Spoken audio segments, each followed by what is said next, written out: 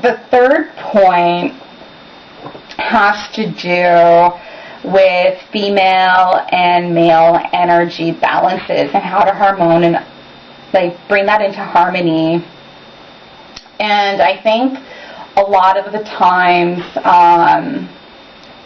these energies, you know, so many people, you know, want to go and seek out a relationship in order to find that balance, and that's not necessarily where you're going to find it.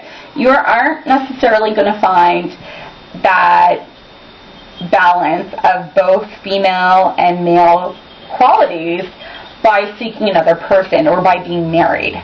Not to say that, you know, people who are married don't have this balance or whatever. It's just to say that it's something that you have to discover on your own, and it's about accepting the feminine qualities as much as the male ones, regardless of what anyone in your outside world tells you. So society right now obviously endorses a lot of more of the male qualities, even though there's been like waves of feminism going on since like the 60s. I think we're still at a stage where we fully haven't accepted female qualities, and I think that's part of my mission. I think that's why I'm very I guess passionate about this kind of topic, because it's something that I've experienced and I can really relate to and be able to explain to other people why it's so important.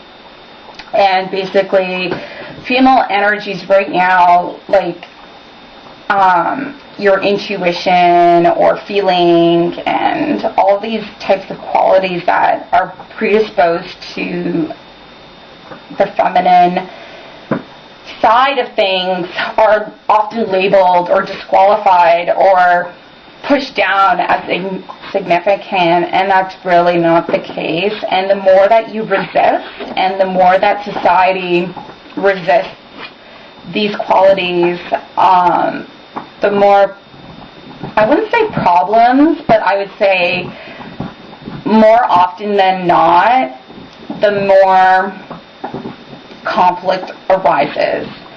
So, and after saying that point, I think this is what kind of first started my spiritual awakening as well. Like, it was one of the main points that I realized. It was like, okay, I know exactly what the problem is now. Like, and I knew that this is exactly where it was stemming from, and I can categorize every single example or situation that occurred to me in my life in the past few years, why a certain characteristic was incorrect.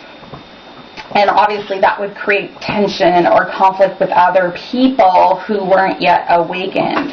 And, you know, and that's okay. Some people, it's not their time, but to have a certain level of respect for everyone's differences is of utmost importance. And I think being able to express myself is also part of my spiritual path. So anyway, going back to the female-male balance, it's like a yin-yang sign. And one, you know, relates to the other, and you need both to have a whole. And without one, you're not whole. And so at this point, I'm going to describe a little bit more about the spiritual awakening process through my experience and give you an example of what I mean by whole. So when you're spiritually awakened, your body, basically it's like you have your little heart right here, and your heart is like your human heart, but it doesn't have your soul inside yet.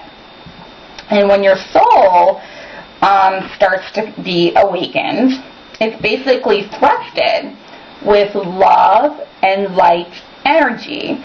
And this energy is more of the feminine quality of energy. So when your heart is just like brought on with all this love, all this light, all this intuition and feelings and emotions and mystical kind of energy, your heart expands. So obviously your heart isn't so small anymore. It's a lot bigger. But what happens when something expands, right? Or, you know, you push something into a certain dimension that can only fit so much. So when all this love and light comes in, basically it creates cracks in your heart to leak out all the negative. And when you're spiritually awakened, in order to create that balance within you, a lot of negative emotions arise.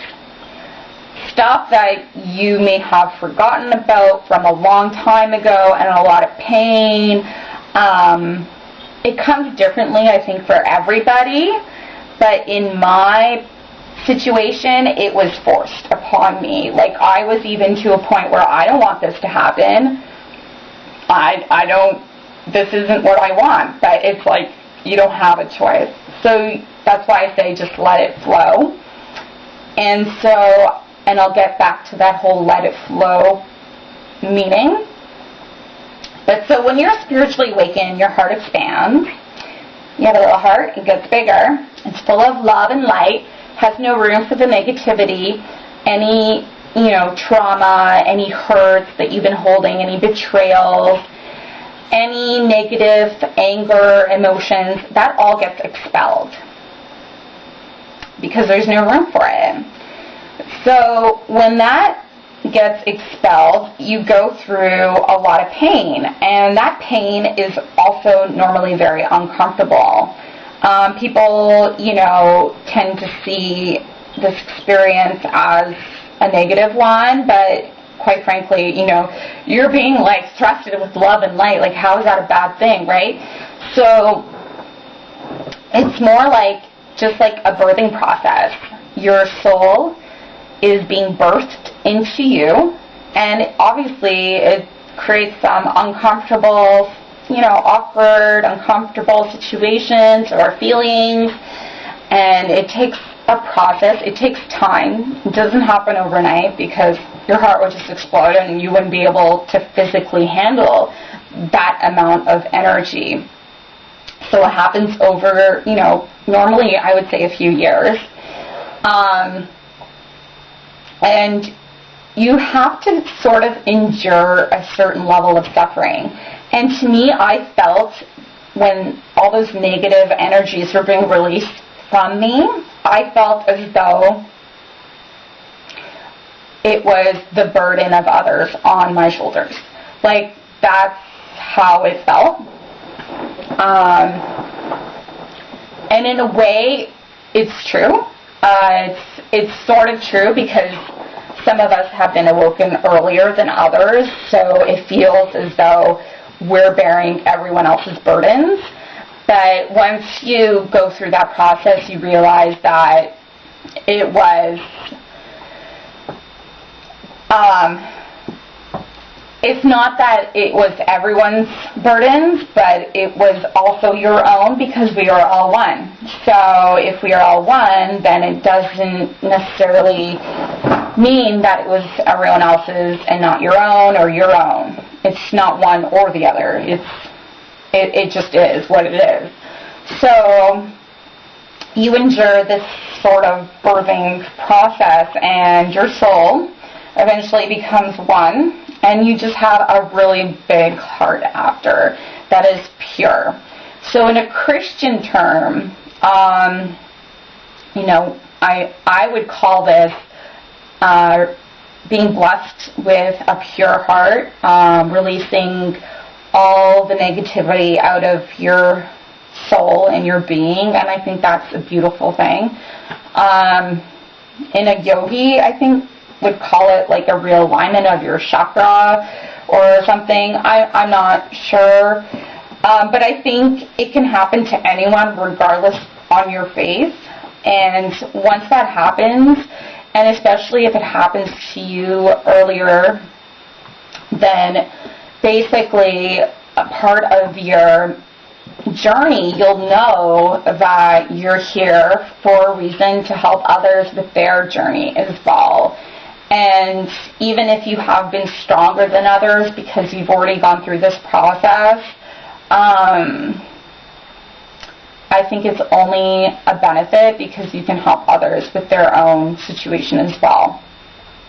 So overall, on the universal balance and the law of attraction, I think when someone's going through like a spiritual awakening like this, the law of attraction only tells you half the story because it doesn't really describe what's happening, and there's no like medical or diagnosis or a term even that you can qualify an individual going through an experience like this. At least there isn't any that exist right now. So I think it's really important to have this awareness out so that people don't feel so afraid when this happens. If I had more support and awareness when that was happening to me, I think it would have been at least a little bit easier experience because I could have had outlets to go to. But I think also that's why I was picked to be earlier than others, because I was strong enough to do it on my own. And sometimes some of us are picked to do it earlier, to awaken earlier, because we need to do it on our own. We need to experience a lot of those fears before others do, so that we can actually explain to others why they also need to experience those fears. So, you know, a spiritual awakening and the universal balance, everything happens for a reason. Like when there's a lot of negative energy around you, or if people are mislabeling you for any reason, don't be worried, because if you're going through a situation, it's probably because there's something that they don't understand with themselves, and that's something they're going to have to deal with, you know, on their own time. But if you follow your own path in your truth and with good intentions, then you'll just know what and why this is happening, and it really gives you a sense of relief. And I think it at least did that for me. So,